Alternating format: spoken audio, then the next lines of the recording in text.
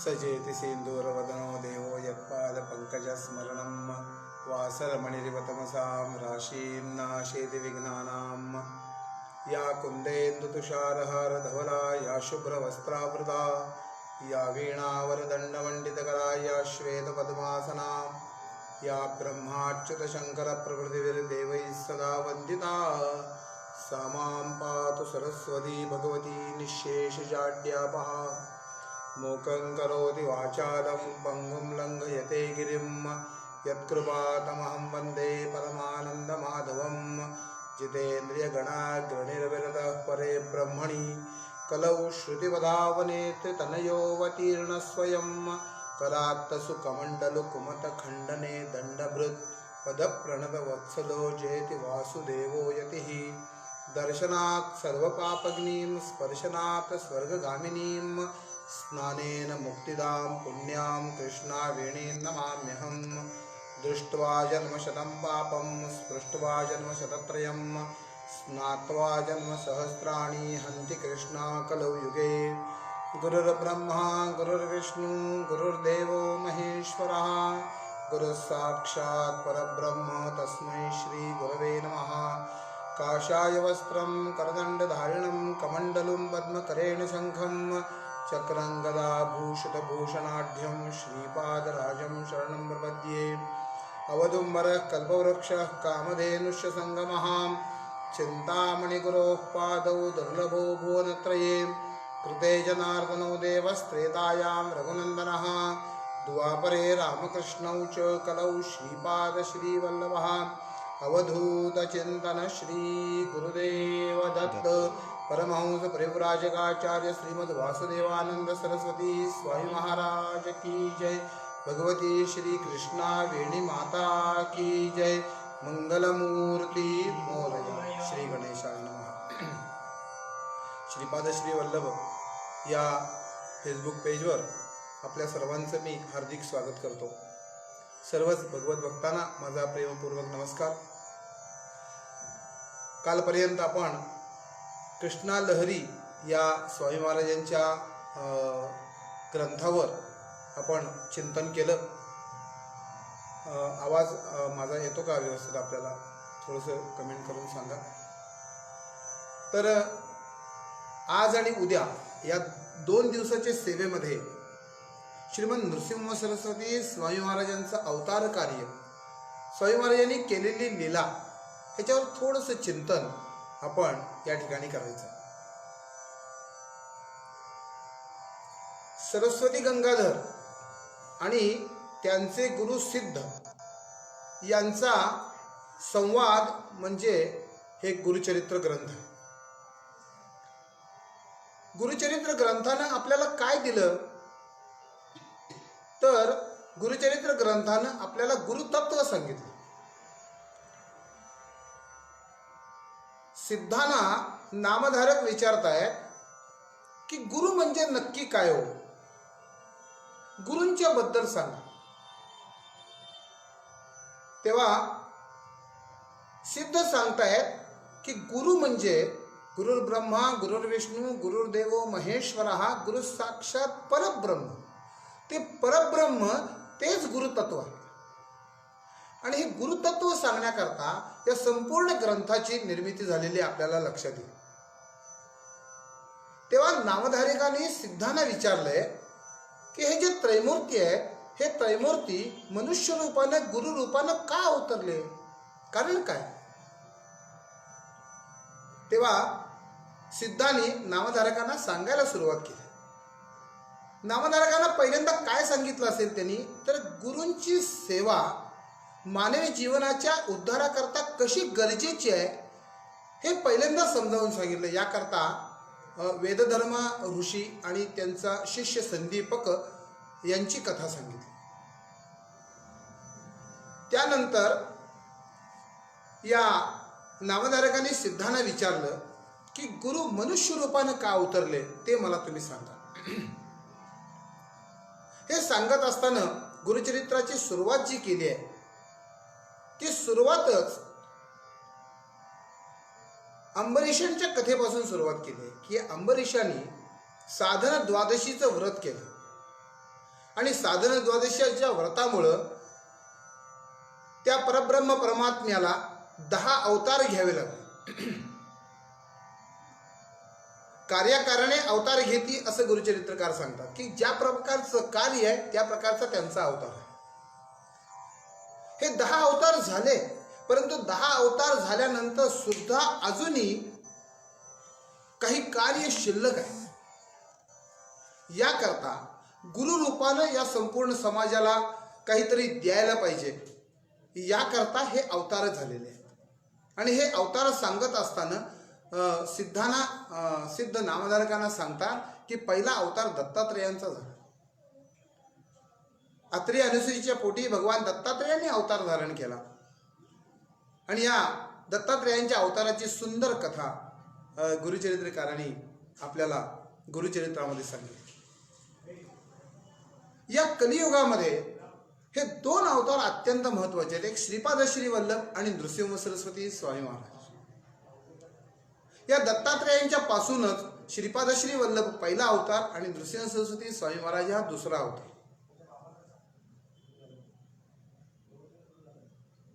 या संपूर्ण समाजाचा आधार असणारा ब्राह्मण समाज, या ब्राह्मण समाजाला काहीतरी शिकवायचं आहे. ते जे विरहित झालेले हे जे ब्राह्मण आहेत, या ब्राह्मणांना काहीतरी मार्ग दाखवायचा. गुरुचरित्रकारांनी श्रीपाद श्रीवल्लभांच्या जन्माचं आख्यान जे सांगितलेलं आहे, त्या आख्यानाच्या सुरुवातीलाच सांगितलं की ब्राह्मण तेजोहीन झाले, त्यांना तेजस्वी करायचं. कारण ब्राह्मण हा संपूर्ण समाजाचा पाया आहे, आधार आहे. दत्तात्रेय भिक्षेला सुमती मातेच्या घरी गेले. सुमती आणि अपळ राजा पिठापूरमध्ये घडलेली घटना आहे. आणि त्या दिवशी होतं दर्शश्राद्ध, अमावास्या आहे, अमावास्या दिवशी श्राद्ध आहे. आणि एक भिक्षेकरी आपल्या दारात भिक्षे करता येऊन उभारला आहे. त्या सुमतीनं बघितलं आणि ती धावत धावत आली, नमस्कार केला. आणि महाराजांना ते जे श्राद्धाचं जे अन्न होतं ते ब्राह्मणांना न वाढता, अजून ब्राह्मण यायचे आहेत, अजून श्राद्धाला सुरुवात व्हायची आहे, परंतु तत्पूर्वी ते जे अन्न आहे ते अन्न भिक्षे करायला दिलेलं आहे. भगवान दत्तात्रेयच आहेत ते भिक्षुक रूपाने आलेले. तो भाव तिचा बघितला आणि भगवान दत्तात्रेय प्रसन्न झाले आणि स्वतःचं निजरूप तिला दाखवलं आणि तिला विचारलं की माते काय पाहिजे तुला, बोल. तर ती म्हणते महाराज काहीही नको आहे, फक्त तुम्ही जे तोंडाने आता बोललेले आहात माते हा शब्द तुम्ही खरा करा, तुम्ही माझ्या पोटी जन्म घ्या, अवतार घ्या. दत्तात्रेय हा जो शब्द आहे, हा शब्द कसा निर्माण झाला? दत्त यामध्ये दा हा धातू आहे आणि दा म्हणजे देणारे. दाचा शब्दशः अर्थ देणारे. हे काय देतात? आजपर्यंत कुठल्याही दानवीरानं दिलेलं नाही असं हे देतात. आजपर्यंत किती दानवीर झाले? कर्ण स्वतःचं कवच कुंडल काढून दिले. शिबिराजानं त्या कबुतराच्या वजनाचं स्वतःचं मांस काढून दिलं, परंतु स्वतःला कधी अर्पण केलंय का? परंतु दत्तात्रेयांनी स्वतःला दान दिलं. स्वयं दानात दत्त. स्वतःच सुद्धा दान दिलं. स्वतः अयोनी संभव आहेत, अजन्म आहेत. अजन्म असणारे, अयोनी संभव असणारे भगवान दत्तात्रेय त्या सुमती माते करता गर्भवासात येतात. श्रीपाद श्रीवल्लभांचा अवतार. आणि ज्यांच्या अवतार कार्यावर, ज्यांच्या लीलेवर आपल्याला चिंतन करायचं आहे, त्यांची अवतार कथा या श्रीपाद श्रीवल्लभांच्या अवतारातून निर्माण होते. कुरवपूरमध्ये श्रीपाद श्रीवल्लभ स्वामी महाराज स्नान करतायत, पाण्यामध्ये उतरलेले आहेत. आणि त्याच वेळी एक माता आणि तिचा पुत्र हे दोघ जण आत्महत्या करण्याकरता म्हणून आलेले. हे का आत्महत्या करतायत? तर ही जी अंबा आहे, ही व्रतवैकल्य करणारी आहे. खूप व्रतवैकल्य तिने केलेली आहे.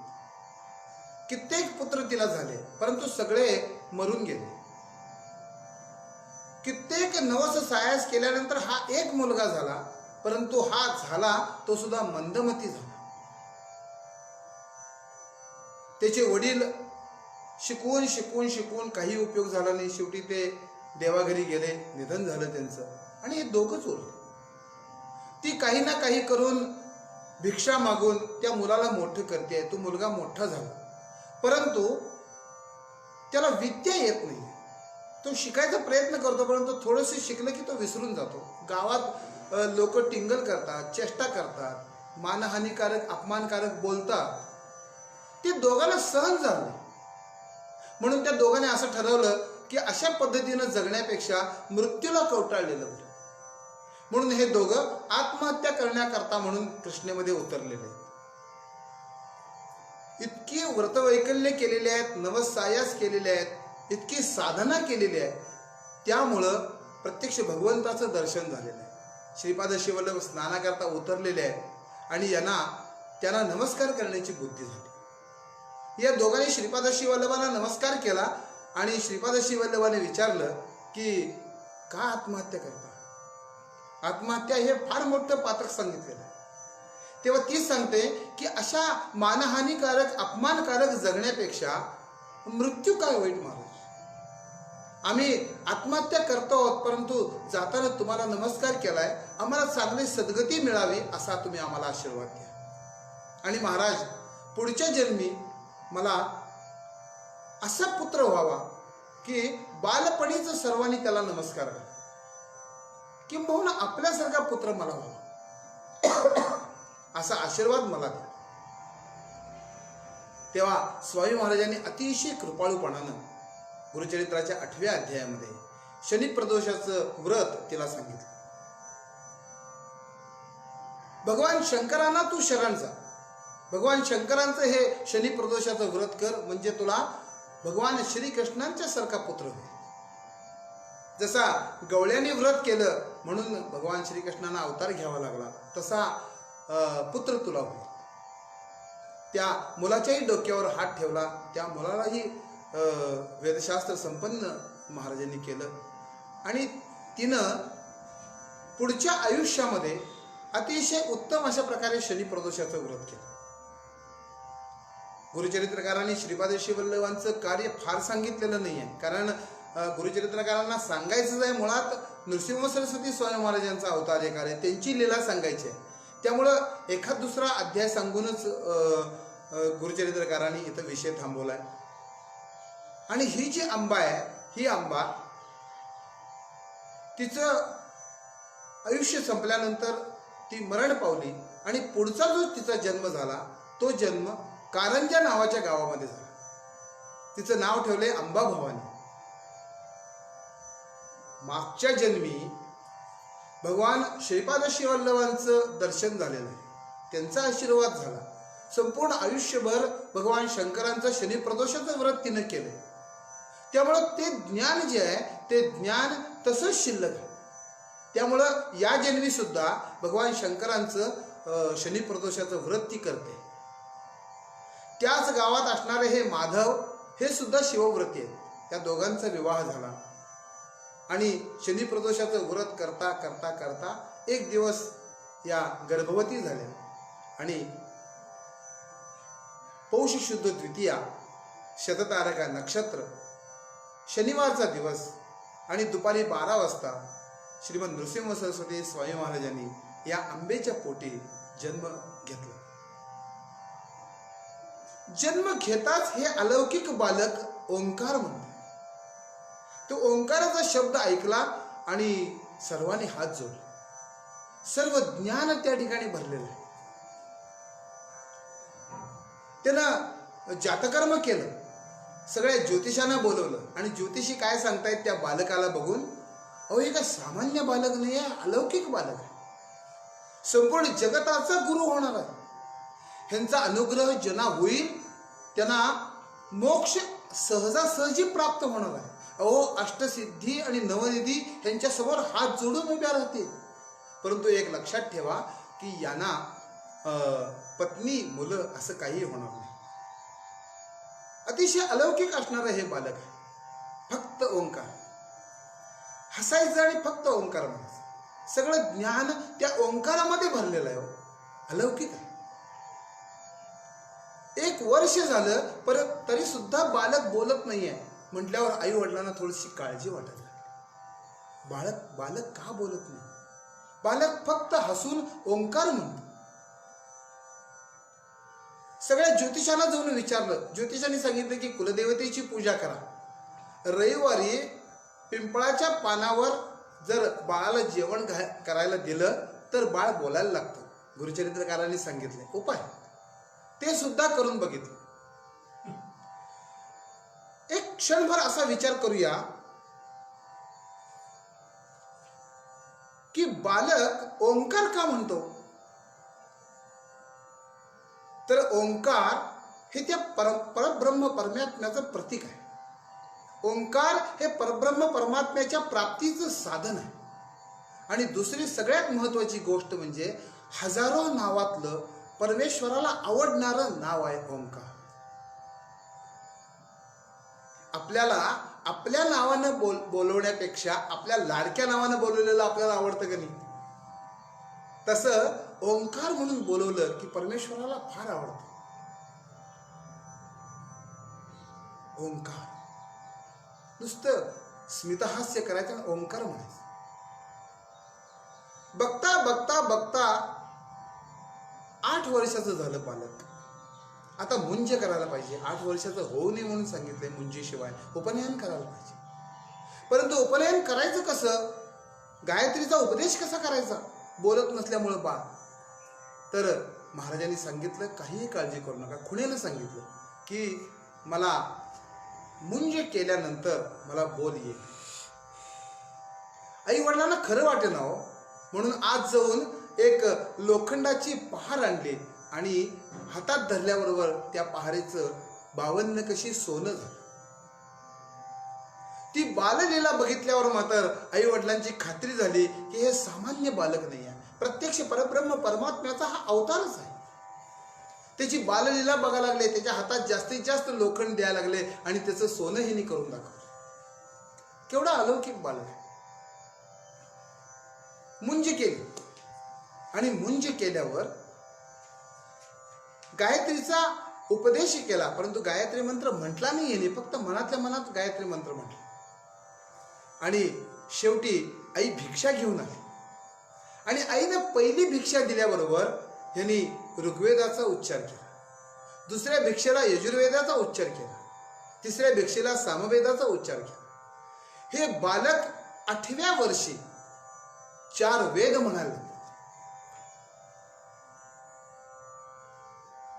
परंतु आता वेळ आली. आईला नमस्कार केला आणि आईला सांगितलं की आई आता तू मला काय उपदेश केलास? तू मला भिक्षा माग असा उपदेश केलास. त्यामुळं आता मला भिक्षा मागायला बाहेर पडायला पाहिजे. मला संन्यास घ्यायचा आहे. तेव्हा गुरुचरित्रात कित्येक गोष्टी अशा आहेत लपलेल्या आहेत. कित्येक असे सुंदर सुंदर उपदेश महाराजांनी म्हणजे या गुरुचरित्रकारांनी देऊन ठेवलेले आहेत. ते आईचं आणि या स्वामी महाराजांचं जे बोलणं आहे, संवाद आहे, अतिशय वाचण्यासारखं आहे. ती आई म्हणते महाराजांना, त्या बालकाला, नरहरी गुरुना असं म्हणू आपण, सकल इंद्रिय संतुष्ट व्हावं. अरे म्हटले ही जी इंद्रिय आहेत ही इंद्रिय आपल्या अधीन आहेत असं आपल्याला वाटतं, परंतु ही प्रत्यक्षात आपल्या अधीन नसतात. या इंद्रियांना पहिल्यांदा संतुष्ट करायला पाहिजे.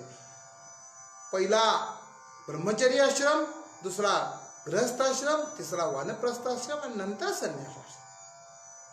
प्रत्येक आश्रमामध्ये काय काय करायचं हे ठरलेलं आहे. त्या त्या आश्रमाप्रमाणे आपण जायला पाहिजे. बालपणात संन्यास अग्राह्य म्हणून सांगितलेला आहे. बालपणात संन्यास घ्यायचा नाही. तेव्हा या बालकानं आईला आपल्या उपदेश केला. हे जे दिसतंय आई, हे नष्ट होणार आहे. आपलं आयुष्य केवढं आहे आपल्याला माहिती आहे का? आपण जर असं म्हटलं की आता मी तरुण आहे, मी म्हातारा झाल्यानंतर मी परमार्थ करतो म्हटलं, तर मी म्हातारा होणार आहे काय? तेवढं आयुष्य मला मिळणार आहे काय? जो असेल यमाचा इष्टू त्याने करावा हा हट्टू म्हणतात. आपण काय यमाचे इष्ट आहे का? यम केव्हा बोलवणं येईल यमाकडनं आपल्याला सांगता येत नाही. त्यांनी सांगितलं की नद्या समुद्राकडे जातात परंतु परत येऊ शकत नाही. ते पाणी गेलं, एकदा आयुष्य गेलं, एक सेकंद गेला, एक तास गेला, एक दिवस गेला, एक वर्ष गेलं, एक एक एक एक एक एक वर्ष आयुष्यातलं संपतंय.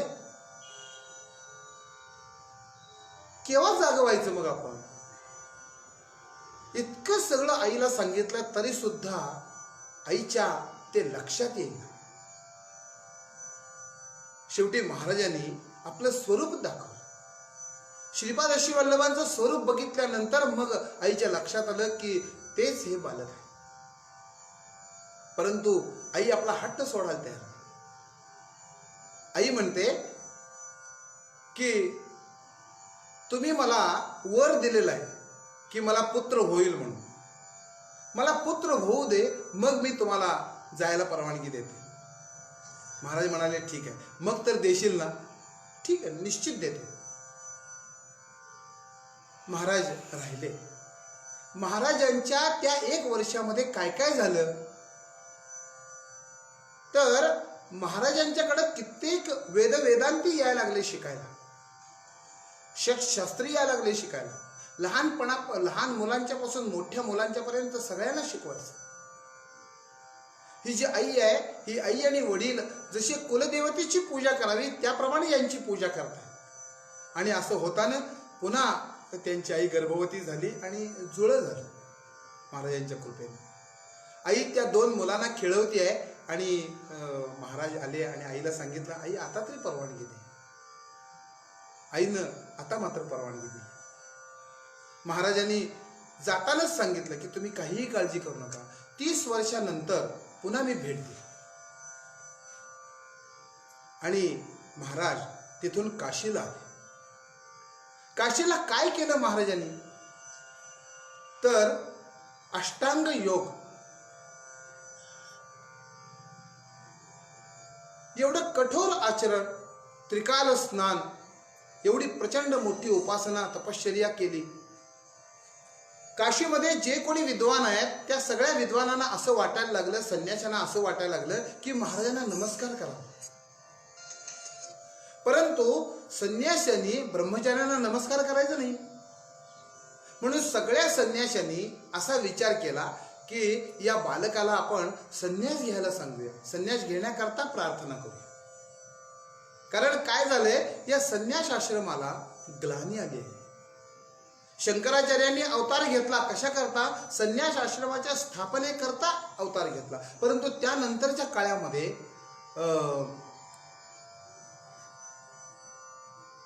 या कलियुगामध्ये संन्यास अग्राह्य मानायला लागले. यज्ञदानम गवालंबम संन्यासम फलपैतृकम देवराज्य सुतोत्पत्ती कलौ पंच विवर्जन. कलियुगामध्ये संन्यास अग्राह्य सांगितलं म्हणून संन्यास घ्यायला कोण तयारच होईना. संन्यासाचा लोप व्हायला लागला. म्हणून संन्यास धर्माची पुन्हा प्रतिष्ठापना करण्याकरता आपण यांना विनंती करूया. म्हणून हे सगळे जे ज्ञानी आहेत, यती आहेत, हे सगळे महाराजांच्याकडे आले आणि सगळ्यांनी महाराजांना सांगितलं की तुम्ही संन्यास घेण्याकरता अत्यंत योग्य आहात, तुम्ही संन्यास घ्या. आणि महाराजांनी ते मान्य केलं. आणि कृष्ण सरस्वती खूप मोठे तपस्वी आहेत, योगी आहेत आणि खूप वर्षाची यती आहेत. पुष्कळ चातुर्मास त्यांचे झालेले आहेत. त्यांच्याकडनं संन्यास घेतला, नाव ठेवलं नृसिंह सरस्वती. यांनी काय कार्य केलं तर कित्येक भक्तांच्यावर अनुग्रह केला. त्यांना संन्यास दीक्षा दिली. जे त्या अधिकाराचे नव्हते त्यांना आपल्या आपल्या अधिकाराप्रमाणे उपदेश केला. कित्येक संन्यासी पण यांचे शिष्य आहेत आणि गृहस्थही पण यांचे शिष्य आहेत. आणि या सगळ्याच शिष्यांना घेऊन यांनी तीर्थयात्रा करायला सुरुवात केली. काशीतून गेले बद्रीनाथला. बद्रीनाथ हिमालयातली सगळी तीर्थ बघून महाराज गंगासागराला आले. कलकत्त्याजवळ आणि गंगासागराची वगैरे सगळी यात्रा करून महाराज पुन्हा कारंजा आले 30 वर्षानंतर। या 30 वर्षानंतर 30 वर्षामध्ये काय काय घटना घडल्या या सगळ्या लुप्त आहेत। महाराज परत कारंजाला आले, तिथून पुढचा सगळा इतिहास हा गुरुचरित्रामध्ये आलेला आहे, परंतु या 30 वर्षामध्ये महाराजांनी काय काय लीला केल्या या सगळ्या लुप्त आहेत। आज आपल्याला माहित नाही, खूप कार्य मोठं केलेलं आहे महाराजांनी। आई वडील सगळ्यांचं दर्शन झालं आणि त्यांच्या बहिणीने येऊन महाराजांना नमस्कार केला। थोडंसं विचार आपण या घटनेचा करायचा। भाऊ कोण आहे तर प्रत्यक्ष परब्रह्म परमात्मा आहे आणि भावाला ही बहीण विचारते की माझं भविष्य काय होणार आहे पुढं। तेव्हा महाराजांनी सांगितलं की तुझं जे पाप आहे ते पाप खूप मोठं आहे। तू काय केलंयस तर पलीकडच्या शेजारच्या नवरा बायकोमध्ये तू भांडण लावलंस, त्यामुळं काय होणार आहे की तुझं जे वैवाहिक जीवन आहे हे वैवाहिक जीवन सुखाचं नसणार आहे, कारण तुझा जो नवरा आहे तो नवरा अतिशय रागीट असणार। तू काय केलंयस तर कपिलेला म्हणजे गाईला तू लाथ मारलीस, त्यामुळे तुला कुष्ठरोग होणार आहे। एका भांड्यामध्ये मांजरीण व्यालेली आहे आणि त्या मांजरीणीनं 5 पिल्लांना जन्म दिलाय, ते तू न बघता त्या भांड्यात पाणी घालून तू ते चुलीवर ठेवलंस, त्यामुळे 5 मांजरांचा हत्या तुझ्या हातून घडली। एवढं पाप आहे। ती घाबरली, महाराजांच्या पायावर पडून रडायला लागली, महाराज आता तुम्हीच सांभाळा, मी काय करू। तेव्हा महाराजांनी सांगितले की तू काही काळजी करू नकोस, तुझा पती वृद्धापकाळ झाल्यानंतर तो यती होईल, संन्यासी होईल आणि संन्यासी झाल्यानंतर तुझा देह नासेल, म्हणजे तुला कुष्ठरोग होईल आणि त्यावेळी तू गाणगापूरला ये आणि गाणगापूरला आल्यानंतर तिथं मी तुझा उद्धार करतो। महाराज काही काळ कारंजाला राहिलेले आहेत। प्रत्येक घरोघरी महाराजांना बोलवलेलं आहे, महाराजांनी भिक्षा केलेली। महाराजांनी सांगितलं आई वडिलांना, सगळ्या भावांना, बहिणीला की आता आम्हाला पुढच्या यात्रेला जायला पाहिजे, म्हणून सगळ्यांचा निरोप घेतला। आई वडिलांना सांगितलं की ज्या ज्या वेळी माझं स्मरण कराल त्या त्यावेळी माझं दर्शन तुम्हाला होईल। आणि महाराजांनी कारंजा सोडून दक्षिणेकडं म्हणजे नाशिक त्र्यंबकेश्वरला महाराज आलेले आहेत।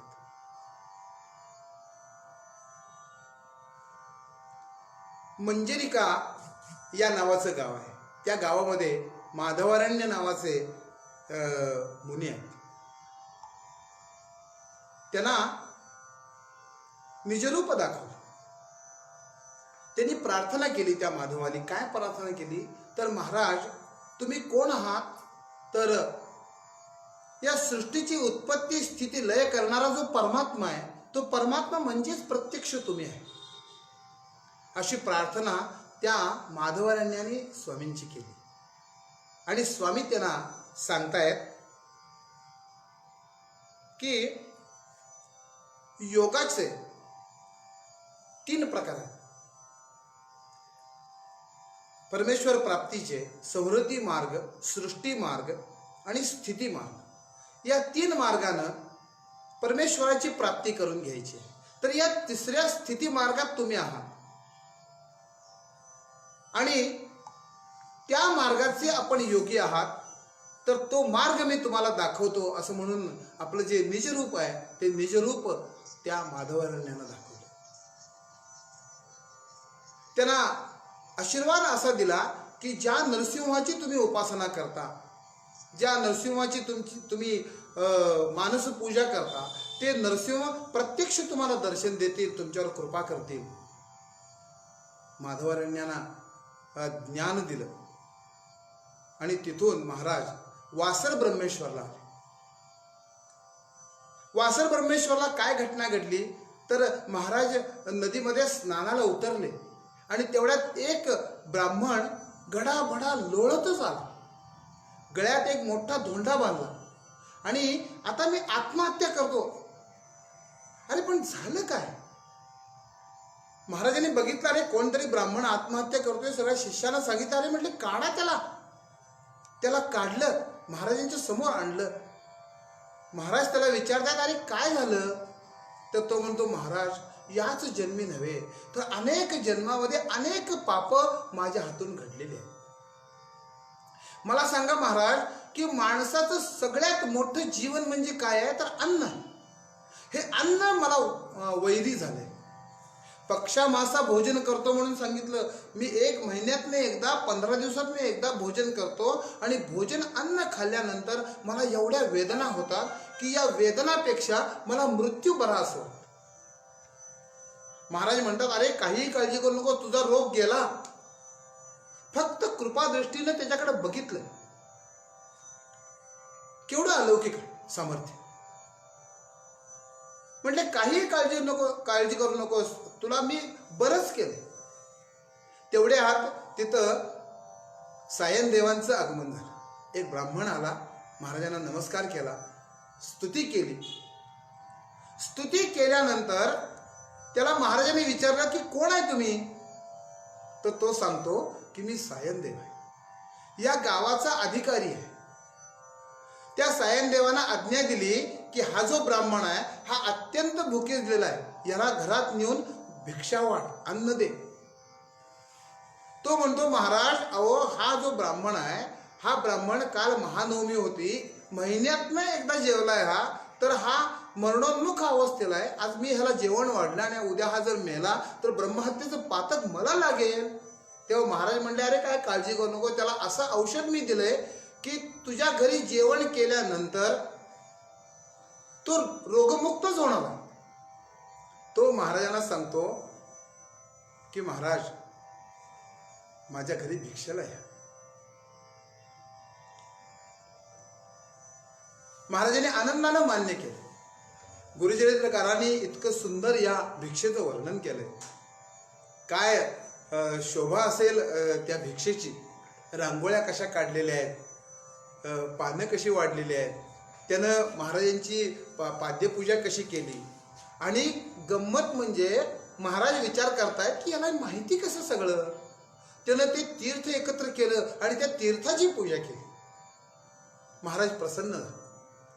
केवढी मोठी कृपा केली त्याच्यावर. ते जेवण केल्यानंतर त्या ब्राह्मणाचा रोग तर गेलाच, परंतु सायनदेवांच्यावर केवढी मोठी कृपा केली आहे. किती वाचण्यासारखा अध्याय आहे. 14व्या अध्यायामध्ये त्याची भीतीच नष्ट करून टाकली.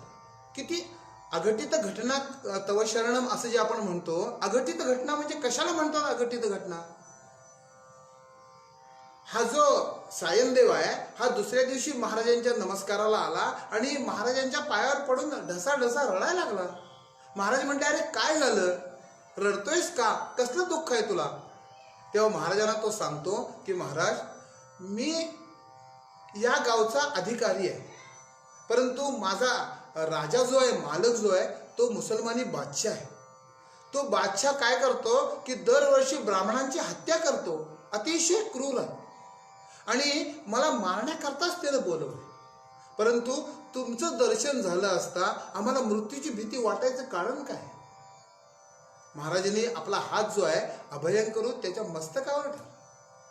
परमेश्वरानं जर मस्तकावर हात ठेवला तर काय यमाची विषाद आहे तिथं पुढे यायची. जा म्हटले, काय काळजी करू नकोस, जवळवरी परतून तू येसी. जोपर्यंत तू परतून येत नाहीस तोपर्यंत आम्ही हे गाव सोडून जात नाही. गंमत काय झाली, अघटित घटना म्हटले. अघटित घटना म्हणजे काय, ह्याच प्रत्यक्ष दृष्टांत आपल्याला या ठिकाणी दिसतो. हा जो सायनदेव आहे, हे सायनदेव त्याच्या दरबारामध्ये गेले आणि यांना बघितल्याबरोबर तो एवढा लाल झाला, रागानं तलवार काढली आणि आता घाव घालणार. एवढ्यात त्याला भ्रम झाला. म्हटले भ्रम झाला म्हणजे त्याला झोप आली. अशी कशी झोप आली हो? झोप आली त्याला आणि तो अंतःपुरात गेला आणि तो झोपला. झोपेत त्याला स्वप्न असं पडलं की एक ब्राह्मण तलवार घेऊन आपले हातपाय तोडतोय. घाबरून उठला आणि पळत सुटला. दरबारात येऊन बघितलं, अरे माझ्या स्वप्नात जो माझे हातपाय तोडत होता तोच ब्राह्मण समोर उभारलाय. त्याला हा विचारतो मुसलमानी बादशाह की अरे तुला इथं बोलवलं कोण, का आलायस तू? त्याला वस्त्र दिली, भूषण दिली, अलंकार दिले, भरपूर दक्षिणा दिली. त्याला सांगितलं आत्ताच्या आत्ता तू परतून जा. अघटित घटना कशाला म्हणतात? महाराजांचा एक अभंग आहे, भयाचे जे भय भक्ता दे अभय. आपल्याला ज्याचं भय वाटतं त्याला कुणाचं भय वाटतं तर दत्तात्रयांचं भय वाटतं. समजा आपल्याला कुणाचं भय वाटतं तर मला संजयचं भय वाटतं, परंतु संजयला कोणाचं भय वाटतं ते दत्तात्रय आहेत. म्हणून अभय प्राप्त करून देणारे कोण आहेत तर दत्तात्रय. त्यांची कृपा आपल्याला अभय प्राप्त करून देणार आहे. भयापासून मुक्त व्हायचं आहे आपल्याला या जीवनामध्ये. आपण 12 दिवसामध्ये अभयवर खूप विचार केला या कृष्णा लहरीमध्ये. आपल्याला मृत्यूपासूनची जी भीती आहे या भीतीतून आपल्याला मुक्त व्हायचं. ही भीतीतून मुक्ती परमेश्वर प्राप्तीनंच होणार आहे, दत्तात्रयांच्या कृपेनंच होणार आहे. त्यांची कृपा प्राप्त करून घेण्याचा जेवढा जास्तीत जास्त आपण प्रयत्न करू तेवढ्याच आपण निर्भय या स्थितीला प्राप्त होणार आहे. तो जो स्वयंदेव आहे तो अतिशय आनंदाने महाराजांच्याकडे आला आणि महाराजांना तो सांगतो, महाराज तुमच्या कृपेनं एवढं मोठं माझं भय नष्ट झालं. तो म्हणतो, महाराज आता मी तुम्हाला सोडणार नाही, आता मी तुमच्या बरोबरच राहणार. परंतु महाराज म्हणतात, अरे तसं करून चालणार नाही. तुझी माझी भेट होईल, परंतु त्याकरता अजून 15 वर्ष थांबायला पाहिजे. तू कडकंचीला असशील आणि तिथून जवळच गाणगापूरमध्ये मी असेल आणि निश्चितपणे आपली दोघांची भेट होईल. तू काहीही काळजी करू नकोस. महाराज वासर ब्रह्मेश्वर पासून बाहेर पडले. वासर हे जे ठिकाण आहे या ठिकाणाबद्दल थोडंसं सांगतो. हे सरस्वतीचं सिद्धस्थान आहे. सरस्वतीचं सुंदर मंदिर त्या ठिकाणी आहे. आणि असं म्हणतात की सरस्वतीचं सगळ्यात सिद्ध स्थान, जागृत स्थान बासर आहे. ज्यांना सरस्वतीची कृपा व्हावी असं वाटत असेल किंवा ज्यांना पोटदुखीच्या त्रासातून मुक्त व्हायचं असेल त्यांनी एकदा काय विना बासरला जाऊन या. तिथलं पाणी पिल्यानंतर कित्येकांचा पोटशूळ बरा झालेला आहे असं मी ऐकलेलं आहे. मी स्वतः काय बासर कधी बघितलेलं नाही आहे. जायची इच्छा होती परंतु नाही जाऊ शकलो. परंतु ते सरस्वतीचं मुख्य सिद्धस्थान आहे. त्या ठिकाणी गेलं, सरस्वती मातेची जर कृपा झाली तर निश्चितच आपल्याला ज्ञान झाल्याशिवाय राहणार नाही. असे हे बासर ब्रह्मेश्वर साधारणपणे नांदेडपासून एक 50-1 किलोमीटरवर आंध्र प्रदेशमध्ये आहे. आंध्र प्रदेश आणि महाराष्ट्राच्या बॉर्डरवर हे बासर ठिकाण आहे. आपण निश्चित जावा, निश्चित बघा. सरस्वती मातेची कृपा आपण करून घ्यावी. महाराज वासर ब्रह्मेश्वर पासून बाहेर पडले. सगळ्या शिष्यांना सांगितलं की आता तुम्ही माझ्या बरोबर फिरू नका, कारण आता तुम्ही तीर्थयात्रेला जावा. म्हणून संपूर्ण 15व्या अध्यायामध्ये कोणकोणत्या तीर्थाचं स्नान करावं याचं उत्कृष्ट मार्गदर्शन स्वामी महाराजांनी केलेलं आहे. संपूर्ण भारतातली जी मुख्य तीर्थ आहेत त्या सगळ्या तीर्थांचं वर्णन स्वामी महाराजांनी या गुरुचरित्राच्या 15व्या अध्यायामध्ये केलेलं आहे. आणि सगळ्या शिष्यांना महाराजांनी तीर्थयात्रेला पाठवलं. आपण फक्त एकटे आहे.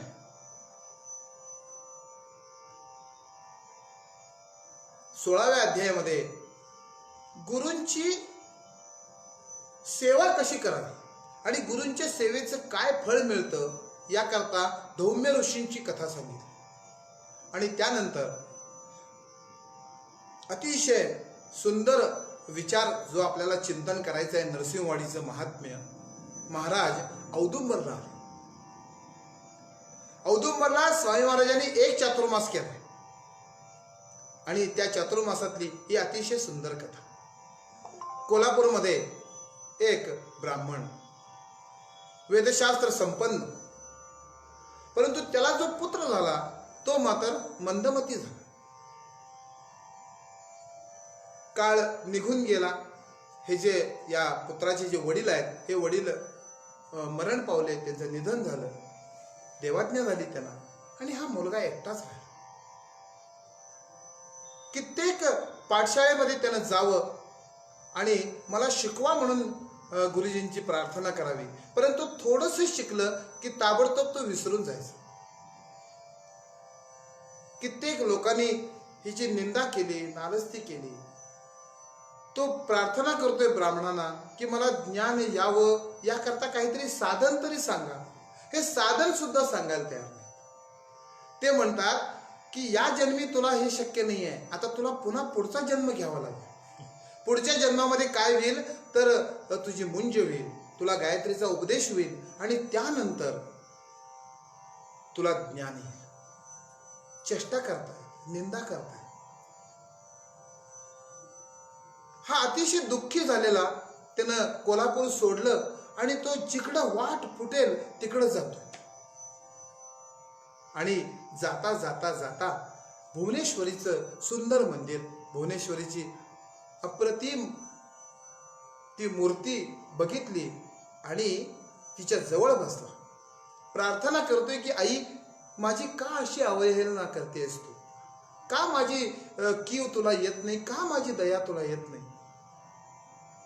देवी समोर रडतोय ढसा ढसा ढसा. त्या दिवशी त्यानं काहीही खाल्लेलं नाही, पाणी सुद्धा त्या दिवशी त्यानं पिलेलं नाही. एक दिवस गेला, दुसरा दिवस गेला, तिसरा दिवस गेला. आता तो म्हणतो, देवी एक तर मला दृष्टांत दे, मला ज्ञान दे, नाही तर आता मी माझं जीवन संपवतो. तरी सुद्धा भुवनेश्वरी माता दर्शन देत नाही. म्हटल्याबरोबर आत बोट घातला, तोंडामध्ये जीभ ओढली आणि ती जीभ भुवनेश्वरी मातेच्या चरणावर अर्पण केली. तसाच देवीच्या पायावर पडला आणि मग मात्र आईला दया आली. आईनं स्वप्नामध्ये दृष्टांत दिला की अरे इथं काय रडतोयस तू? औदुंबराचे वृक्षातळी असे तापसी महाबळी, अवतार पुरुष चंद्रमौळी, तुझी वांछा पुरविल. तुझी वांछा पुरवणारा जो अवतार आहे चंद्रमौळी, प्रत्यक्ष भगवान शंकर, अरे ते पलीकडे आहेत, औदुंबराच्या वृक्षाच्या खाली बसलेले आहेत. जा. उठला, बघितलं नदी वाहते, कृष्णा उडी मारली, पोहत पोहत पोहत पलीकडे गेला आणि औदुंबराच्या झाडाखाली बघितलं. काशाय वस्त्रम करदंड धारिणम कमंडलम पद्मकरेण शंकम, ते रूप बघितलं आणि महाराजांच्या चरणावर अस्ताव्यस्त होऊन पडला. स्वतःला परमेश्वराच्या त्या चरणावर त्यानं अर्पण केलं. महाराज आता काय करायचं ते तुम्ही करा. महाराज म्हटले काही काळजी करू नको, फक्त मस्तकावर हात ठेवला आणि सगळं ज्ञान एका क्षणात त्याला प्राप्त झालं. परमेश्वराची कृपा झाली, परमेश्वराचा वरदहस्त जर मस्तकावर आला तर आणि काय करावं लागणार आहे आपल्याला? साधन, तेच साधन महत्वाचं आहे. त्याकरता तर मनुष्य जन्म आहे. या मनुष्य जन्मामध्ये तो हात आपल्या मस्तकावर यावा, याकरताच आपण सगळं आयुष्य या ठिकाणी खर्च करायचं. कशा करता आयुष्य आहे आपलं? त्याला सगळं ज्ञान एका क्षणात प्राप्त झालं. जिव्हा जी ज्यानं काढून टाकली होती ती जिव्हा सुद्धा पुन्हा प्राप्त झाली. महाराजांचा जय जयकार करतोय. चातुर्मास पूर्ण झाला आणि महाराज औदुंबरातून यायला निघाले. वारणा संगमाचं दर्शन घेतलं आणि पुढं कृष्णा पंचगंगेच्या संगमावर आले.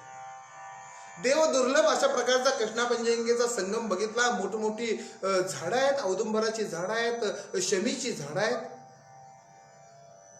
अमरेश्वराचं स्थान बघितलं, 64 योगिनींचं स्थान बघितलं आणि महाराजांना इतकं आवडलं स्थान की महाराजांनी ठरवलं की या ठिकाणी आपण राहायचं, या ठिकाणी तपश्चर्या करायची, या ठिकाणी साधना करायची, या ठिकाणी उपासना करायची. म्हणून औदुंबराच्या झाडाखाली महाराज बसले. सिद्ध विचारतायत, नामधारक विचारतायत सिद्धांना की एवढे पुण्यवृक्ष सोडून महाराजांनी औदुंबर वृक्षाला का जवळ केलं? काय आहे या औदुंबरात एवढं? तेव्हा सिद्ध नामधारकांना सांगतायत की अरे काय झालं की हिरण्यकश्यपूचा वध करायचा होता आणि हिरण्यकश्यपूच्या वधाकरता नरसिंह प्रकट झाले आणि नरसिंहाने काय केलं तर त्या हिरण्यकश्यपूला मांडीवर घेतलं आणि आपल्या नखानं त्याचं पोट फाडलं. पोट फाडल्यावर त्याच्या ज्या आतल्या आतडी होत्या त्या आतडी काढल्या आणि आपल्या गळ्यात घातल्या. परंतु ते करत असताना त्या हिरण्यकश्यपूच्या पोटामध्ये काळकूट नावाचं विष आहे आणि ते विष त्या नरसिंहांच्या नखाला लागलं आणि नखाला लागल्याबरोबर प्रचंड दाह निर्माण झाला. ते नख तापली. ते विष जे आहे ते विष नरसिंहाला सहन होईना. काय करावं कळना. एवढ्यात लक्ष्मी मातेनं काय केलं तर औदुंबराची फळं आणली आणि त्या औदुंबराच्या फळामध्ये नरसिंहाने नख रोवल्याबरोबर ते जे उग्र विष होतं ते विष एका क्षणात शांत झालं. आणि म्हणून या औदुंबराला नरसिंहानेच वर दिला की तू कल्पवृक्ष होशील. तुझी सेवा जो कोणी करेल त्याची सगळ्या मनकामना तू पूर्ण करशील. आणि दुसरं एक कारण सांगतायत की नरसिंह मंत्र उपासना करते. महाराज काय करतात तर नरसिंह मंत्राची उपासना करतात. नरसिंह मंत्राची उपासना केल्यामुळे काय होतं तर उग्रपणा येतो आणि उग्रपणा शांत होण्याकरता स्वामी महाराज औदुंबराच्या वृक्षाखाली राहिले. आपण पण औदुंबराच्या वृक्षाच्या सावलीखाली 5 मिनिटं बसून बघा काय आनंद प्राप्त होतो. गर्द सावली नितांत रमणीय.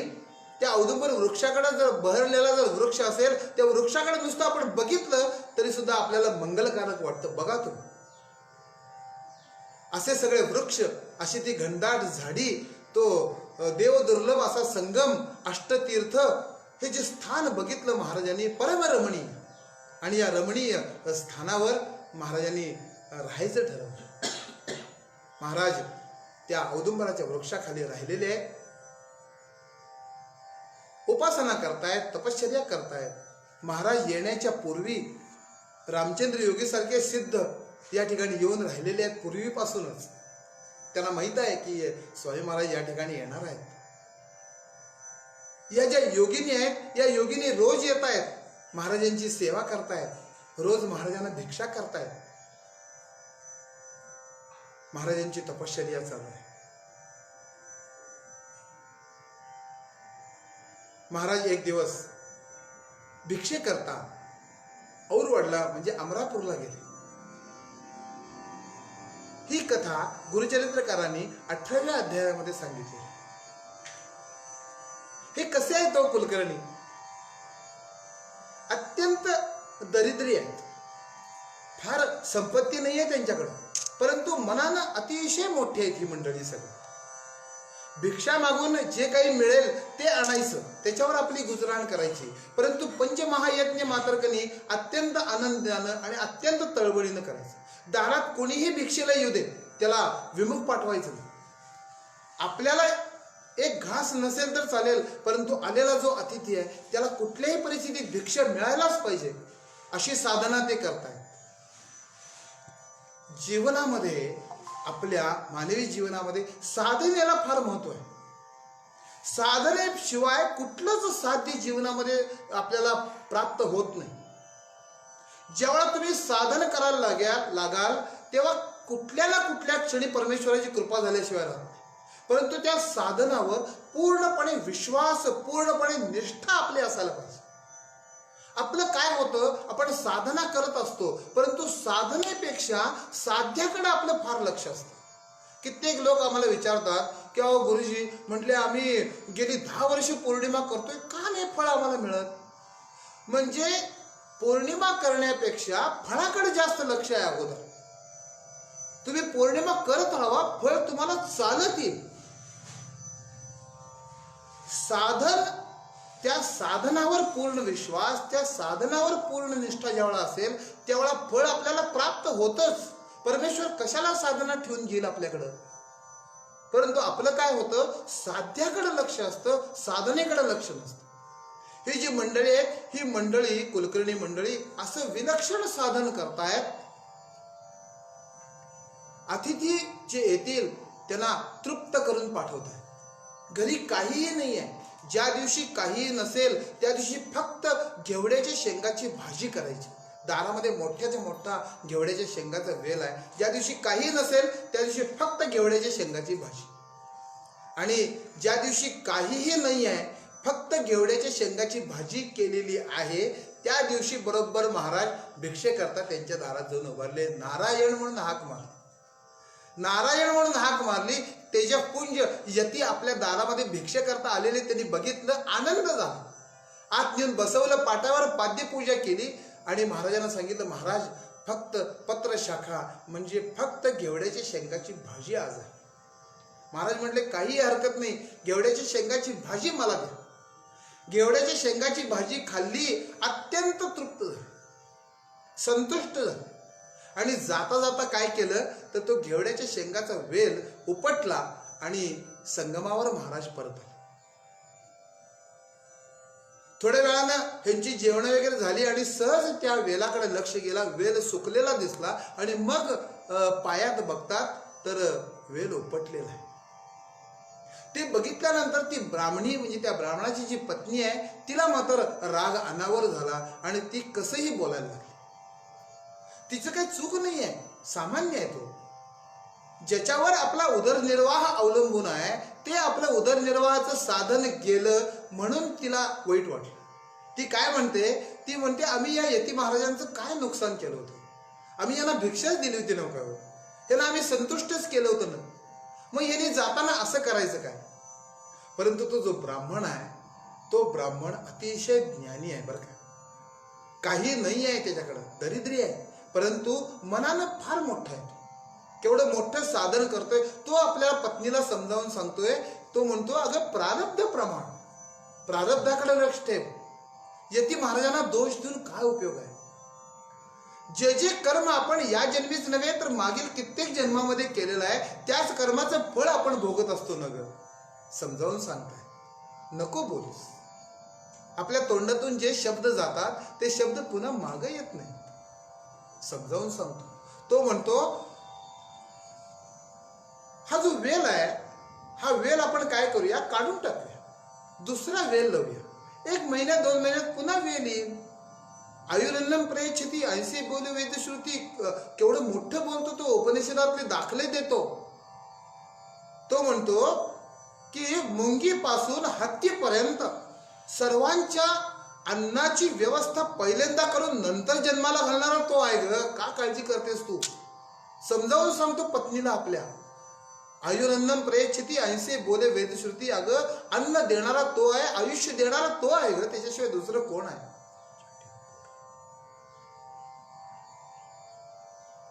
संपूर्ण जगाची उत्पत्ती स्थिती लय करणारा तो आहे.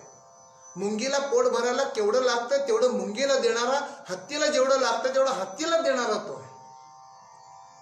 जन्माला घालण्यापूर्वी अन्नाची व्यवस्था करणारा तो आहे.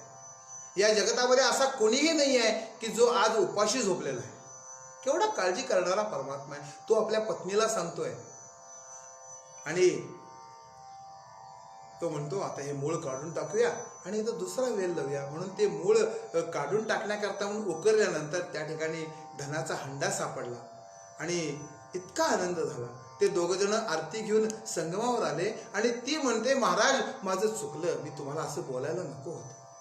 आपण परब्रह्म परमात्मा आहात, संपूर्ण उत्पत्ती स्थिती लय करणारे आपण आहात. मी जे काय बोलले त्याला आपण क्षमा करा. तेव्हा महाराजांनी सांगितलं की ह्याच्यावर एकच फक्त तरणोपाय आहे. काय आहे तर तू मला गुप्त ठेव.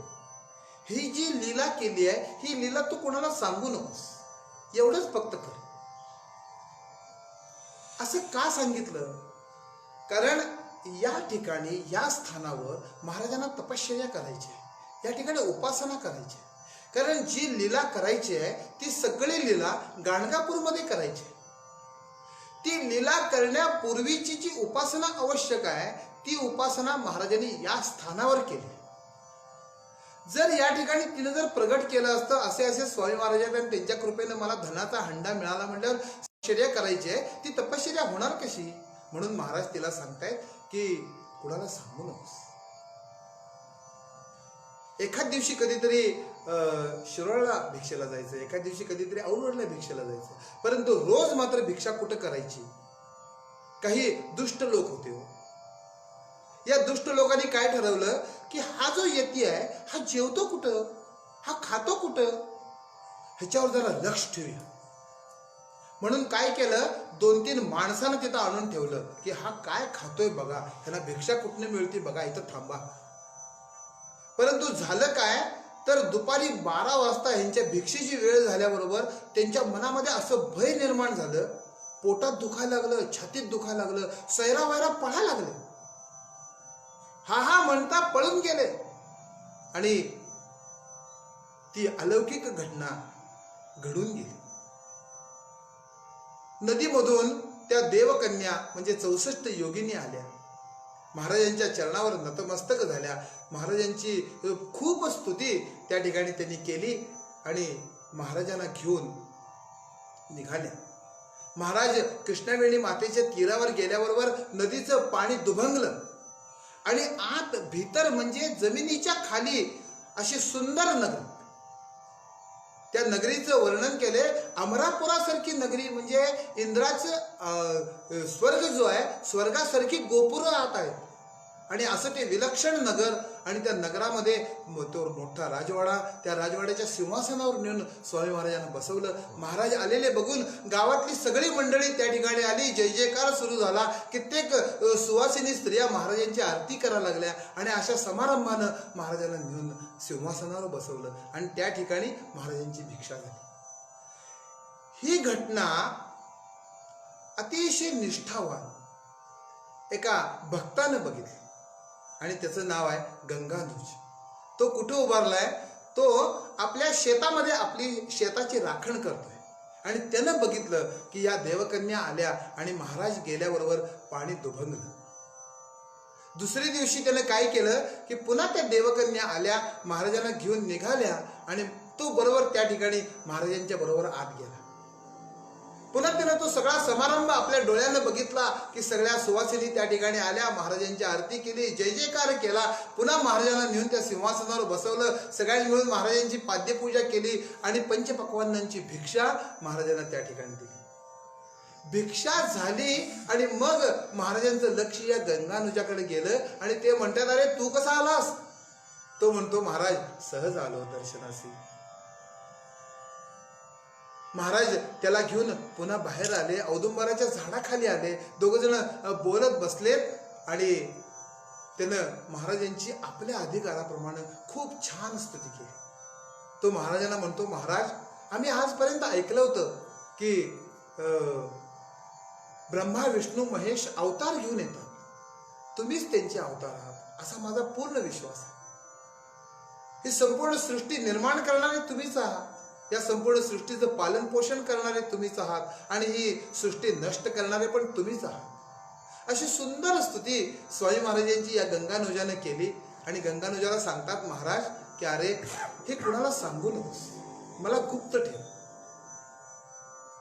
आणि ज्या दिवशी तू प्रगट करशील त्या दिवशी तुझ्या जीवाला हानी होईल. महाराजानं गंगानुजानं ते मान्य केलं आणि तो आपल्या शेतामध्ये आला आणि शेतामध्ये आल्याबरोबर त्याला धनाचा हंडा सापडला. एक दिवस माघ पौर्णिमा आली आणि माघ पौर्णिमेला हा जो गंगानुज आहे, हा गंगानुज स्वामी महाराजांच्या समोर उभारला. स्वामी महाराज आम्ही हीन जातीत जन्माला आलेलो आहे, परंतु असं म्हणतात की या माघ पौर्णिमेला काशीचं गंगेचं स्नान करावं असं आहे. अलाहाबादला गंगा यमुना सरस्वतीचा जो प्रयागाचा संगम आहे, प्रयागराज म्हणतो आपण, या प्रयागराजाचं फार मोठं महत्व आहे, गयेचं फार मोठं महत्व आहे. महाराज आम्ही हीन जातीत जन्माला आलेलो आहोत, आम्ही असे दरिद्री आहोत, आम्हाला हे कसं बघायला मिळणार, आमच्या हातनं ही यात्रा होणार कशी? तेव्हा महाराजांनी सांगितलं की अरे काही काळजी करायचं कारण नाही, काशीपुर ते जुगुळ हे तुमच्या गावाजवळ जे जुगुळ आहे ते जुगुळ काशीपेक्षा सुद्धा फार मोठं सिद्धस्थान आहे. काशीत स्नान केल्यानंतर जेवढं फळ जीवाला मिळतं त्याच्यापेक्षा कितीतरी पटीनं अधिक फळ तुम्हाला त्या जुगुळच्या स्नानाने मिळणार आहे. हा कृष्णा पंचगंगेचा जो संगम बघतोय, अरे तो संगम म्हणजेच गंगा यमुना सरस्वतीचा प्रयाग आहे. त्या प्रयागामध्ये स्नान केल्यानंतर जेवढं फळ मिळणार आहे तेवढंच फळ तुम्हाला या स्नानाने मिळणार आहे. आणि गया आहे की नाही, दक्षिण गया म्हणजे अरे कोल्हापूर आहे. इतकी सुंदर त्रिस्थळी तुमच्या जवळ असताना काय एवढा लांब काशी, गया आणि प्रयागला जायचं.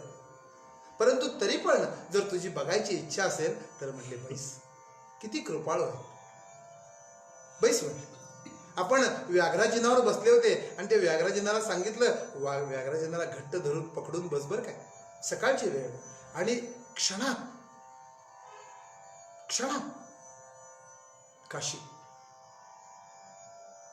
माध्यान्ह काळी प्रयाग, संध्याकाळी गया आणि परत सूर्यास्ताला वाडीमध्ये हजर. अशी सुंदर स्त्रीस्थळी करून त्या गंगानुजाला परत वाडीमध्ये आणलं. ही सगळी लीला महाराजांनी या वाडीमध्ये केली. महाराज एक दिवस शिरोळला गेले भिक्षेला. कुलकर्ण्यांचं घर. महाराजांनी दारात जाऊन हाक मारली नारायण म्हणून. आणि ती जी कुलकर्ण्यांची जी पत्नी होती ती धावत धावत आली, महाराजांना नमस्कार केला आणि महाराजांना नेऊन पाटावर बसवलं. ती म्हणते महाराजांना की माझे जे पती आहेत ते पती बाहेर गेलेले आहेत, आत्ता येतील, चांगलं चांगलं धान्य आणतील आणि मग मी तुम्हाला काय करते, छान सुंदर स्वयंपाक करून वाढते, तोपर्यंत महाराज बसा. महाराज म्हणतायत मी बसायला मला वेळ नाहीये, अतिशय भूक लागलेली आहे. ते येणार केव्हा, मग ते स्वयंपाक होणार केव्हा, मग तुम्हाला वाढणार केव्हा, मला आवश्यकता नाही आहे त्याची. तुझ्याकडे जे काय आता आहे घरात ते तू मला वाढ. तेव्हा ती अतिशय लाजलेली ती महाराजांना म्हणते की महाराज फक्त कणे आहेत. महाराज म्हणले ठीक आहे, काय अडचण नाही, परंतु अडचण कशाची आहे म्हणते ती की तुम्हाला वाढण्याकरता माझ्याकडे पात्र नाही आहे. कारण यतीना ताटात जेवायला वाढायचं नाही आहे, यतीना पत्रावळीवर जेवायला वाढायचं आहे किंवा केळीच्या पानावर जेवायला वाढायचं आहे. महाराज म्हटले मला त्याची पण आवश्यकता नाही आहे. अहो सगळी सृष्टी निर्माण करणारा, हेळा मात्र सृष्टी रचिसी, नुसत्या कल्पनेनं संपूर्ण जगत निर्माण करणारा हा परब्रह्म परमात्मा स्वतः दगड घेऊन येतो. त्या दगडावर पाणी मारून प्रणव लिहिल्यानंतर सांगतायत होत. आणि भक्तियुक्त अंतःकरणानं अत्यंत निष्ठेनं, अत्यंत भक्तीनं ते जे काय केलेलं आहे ते केलेलं आणून त्या दगडावर ओतलं. परंतु ते घट्ट नव्हतं. कण्या तुम्ही कधी खाल्ल्या असतील, कण्या पातळ असतात, त्या दगडावरून पळायला लागल्या. म्हणून महाराजांनी काय केलं तर ओरपल्या आणि त्या पळणाऱ्या कण्या ओरपताना झालं काय तर तो जो अभय हस्त आहे तो हस्त त्या दगडावर उठला. देवानं काय द्यावं, आपला हातच दिला किंवा भक्तांना काय द्यायचं अजून. जो हात मस्तकावर ठेवल्यानंतर संपूर्ण मरणाच्या सुद्धा भीतीतून तो जीव मुक्त होतो, तो हात त्या दगडावर दिला किंवा. तृप्त झाले, संतुष्ट झाले महाराज. आणि महाराजांनी काय वर दिला हो, आजपर्यंत कुठल्याही उपास्य देवतेनं आपल्या भक्ताला दिला नसेल असा वर त्या सवाष्णीनं त्या भक्तानं पटकावला. काय वर दिला तर अन्न वस्त्र वंश तिन्ही समदेक, न लगे तुझ लागी उनाधिक ऐक, अन्न वस्त्र वंश तिन्ही समदेक. केवढा मोठा वर. काय असतं की घर मोठं असतं परंतु त्या घरात राहायला मुलं बाळ नसतं. मुलं बाळ भरपूर असतात परंतु घर राहायला नसतं. घर आहे, मुलं बाळ आहे, परंतु घरात अन्न नाही आहे. उपयोग काय त्याचा. महाराजांनी तिला वर दिला की अन्न वस्त्र वंश तिन्ही समदेक, तुला कुठल्याही गोष्टीची कमतरता इथून पुढे पडणार. महाराजांनी तिला आपला हात दिला. अशा सुंदर सुंदर सुंदर घटना या नरसिंहवाडीमध्ये महाराजांनी केल्या. आता उद्याच्या सेवेमध्ये आपल्याला आमचे जे मूळ पुरुष भैरमभट ते कसे आले, त्यांनी महाराजांना कशा पद्धतीने प्रार्थना केली आणि ह्या ज्या मनोहर पादुका या कृष्णा लहरीमध्ये आपण ऐकलं की या मनोहर पादुका म्हणजे काय आहे तर भगवती कृष्णावेणी मातेचं सदैव हृदय आहे. भगवान दत्तात्रयांचं सदैव हृदय म्हणजेच या मनोहर पादुका आहेत. या मनोहर पादुका आम्हाला कशा प्राप्त झाल्या, इथली जी सेवा पद्धती आहे ही सेवा पद्धती स्वामी महाराजांनी कशी बसवून दिली, कशा पद्धतीने आम्ही सेवा करतो आहोत आणि त्या सेवेचं फळ परब्रह्म परमात्मा नृसिंह सरस्वती स्वामी महाराज आम्हाला कशा कशा पद्धतीने करतायत, आमचं कसं कसा सांभाळ करतायत. आज वाडीमध्ये कुठल्याही गोष्टीची आम्हाला कमतरता पडत नाही, कुठल्याही गोष्टीची आम्हाला भीती वाटत नाही. का वाटत नाही? तर नृसिंह सरस्वती स्वामी महाराज पादुका रूपानं वास करतात. तर या सगळ्या गोष्टींचा विचार चिंतन आपल्याला उद्याच्या सेवेमध्ये करायचं आहे. उद्या बरोबर 5:30 वाजता आपण या ठिकाणी जमूया. यावर पुन्हा पुढचं चिंतन आपण करूया. श्रीमंत नृसिंह सरस्वती स्वामी महाराजांच्या चरणी ही सेवा समर्पित करून माझ्या वाणीला या ठिकाणी मी विश्राम देतो. नृसिंह सरस्वती स्वामी महाराज की जय.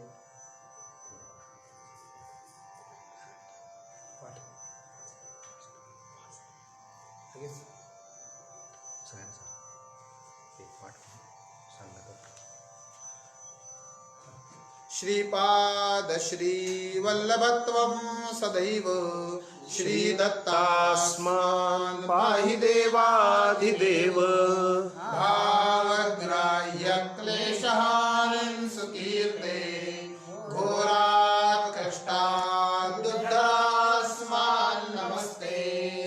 त्वन्नो माता त्वं पिता प्तोऽधिपस्त्वं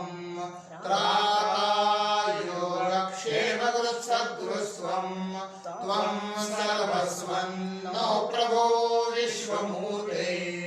घोरात् कष्टात् दुर्धरास्मान् नमस्ते. पापं तापं व्याधिमादिं च दैन्यं भीतिं क्लेशं त्वं हराशुत्वदन्यं. त्रारण्यो वीक्षयिषास्तजूर्ते. घोरात् कष्टात् दुर्धरास्मान् नमस्ते. नान्यस्त्राता नापि दाता न भर्ता त्वत्तो देवत्वं शरण्यो हर्ता. पूर्वात्रेयानुग्रहं पूर्णराते. घोरात् कष्टात् दुर्धरास्मान् नमस्ते.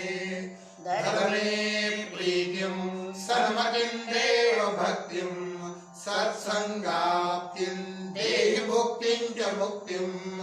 भावासक्तिं चाखिलानन्दमूर्ते. घोरात् कष्टात् दुर्धरास्मान् नमस्ते. श्लोकपञ्चकमेतद्यो लोकमङ्गलवर्धनम् प्रवरेण्यतो भक्त्या श्रीदत्तप्रियो भवेत्. श्री गुरुदेव दत्त परमहंस परिव्राजकाचार्य श्रीमद् वासुदेवानंद सरस्वती स्वामी महाराज की जय. कृष्णा पंचगंगा संगम निजस्थान चरित्रदावनी केले गाणगापुरी गमन. तेथे भक्त श्रेष्ठ त्रिविक्रम यती जाण विश्वरूपे तया दिधले दर्शन. जय देव जय सद्गुरुदत्ता नरसिंह सरस्वत्या जय विश्वंभरिता. जय देव वंध्यासाठी वर्षे पुत्र निधान. मृत ब्राह्मण उठविला तीर्थ शिंपून. वांज महिषी काढवे दुग्ध दोहून. अंत्यजाचे वदनी निगम संपूर्ण. जय देव जय नरसिंह सरस्वत्या जय विश्वंभरिता. जय देव शुष्क काष्ठी पल्लव दावुनी विवलाही. पुष्टी ब्राह्मण केला सुंदर निजदेही. अभिनव लीला ज्यांची वर्णू मी काही. लेंछ राजा येऊनी वंदी तव पायी. जय देव जय श्री गुरुदत्ता नरसिंह सरस्वत्या जय विश्वंभरिता. जय देव दीपवाळीचे दिवशी भक्त येवोनी. 8 जण ठेवियती मस्तक तव चरणी. 8 ग्रामी भिक्षा केली ते दीनी. निमेष मात्रे तंतुक नेला शिवस्थानी. जय देव जय श्री गुरुदत्ता नरसिंह सरस्वत्या जय विश्वंभरिता. जय देव ऐसे चरित्र दावुनी जडमुड उद्धरिले. भक्त वत्सल ऐसे ब्रीद मिरविले. अपार महिमा म्हणगुनी वेद श्रुती बोले गंगाधर तनय वंदी पाऊले जय देव जय श्री गुरुदत्ता नरसिंह सरस्वत्या जय विश्वंभरिता जय देव जय अवधूत चिंतन श्री गुरुदेव श्रीपाद श्री वल्लभ श्रीमंत नृसिंह सरस्वती स्वामी महाराज की जय. उद्या संध्याकाळी 5:30 वाजता आपण पुन्हा नृसिंहवाडी महात्म्य श्रवण करायला एकत्र जमूया. संध्याकाळी 7:05 ते 8:15 सामूहिक नित्य उपासना आणि विश्वप्रार्थनेसाठी एकत्र जमूया. अजून एक 20-25 मिनिटांनी. सगळ्यांना खूप खूप धन्यवाद. प्रेमपूर्वक नमस्कार.